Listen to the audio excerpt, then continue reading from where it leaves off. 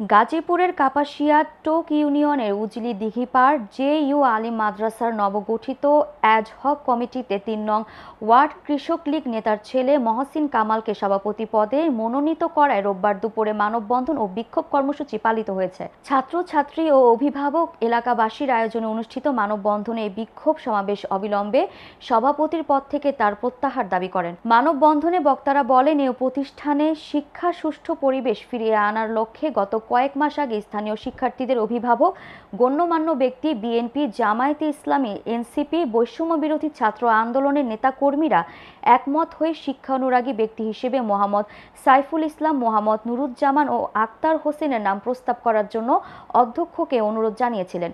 কিন্তু অধ্যক্ষ গোপনে কমিটির সভাপতির পদে মহসিন কামালের নাম প্রস্তাব করে তা পাশ করিয়ে আনেন। অথচ সমন্বয়ক দাবিকারী ওই মহসিন কামালের সাথে এলাকাবাসী ও শিক্ষা প্রতিষ্ঠানের সাথে জড়িত কারোর ভালো পরিচয় নেই।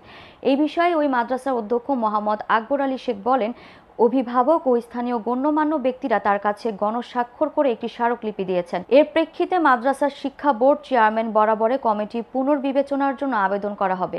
উপজেলা মাধ্যমিক শিক্ষা কর্মকর্তা মোহাম্মদ আব্দুল আরিফ সরকার জানান, বিষয়টি তিনি মাত্র অবহিত হয়েছেন। অধ্যক্ষের সাথে কথা বলে বিষয়ে আইনগত ব্যবস্থা নেওয়া হবে, যার মাধ্যমে আমাদের অত্র মাদ্রাসা তার অতীত সুনাম ধরে রাখতে পারবে এবং ভবিষ্যতে উত্তরোত্তর উন্নতি করতে পারবে। উজলি দিঘির পার উজলি দিঘির পার আলিম মাদ্রাসার আমরা যে আজকে লীগের দালাল দিয়ে কমিটি জমা দিচ্ছে, এটা আমরা মানি না। বিগত স্বৈরাচারের আমলে তারা লক্ষ লক্ষ টাকাকে এই মাদ্রাসার সম্পদ তারা নষ্ট করেছে। আমরা এটার বিরুদ্ধে, আমরা এটার বিপক্ষে।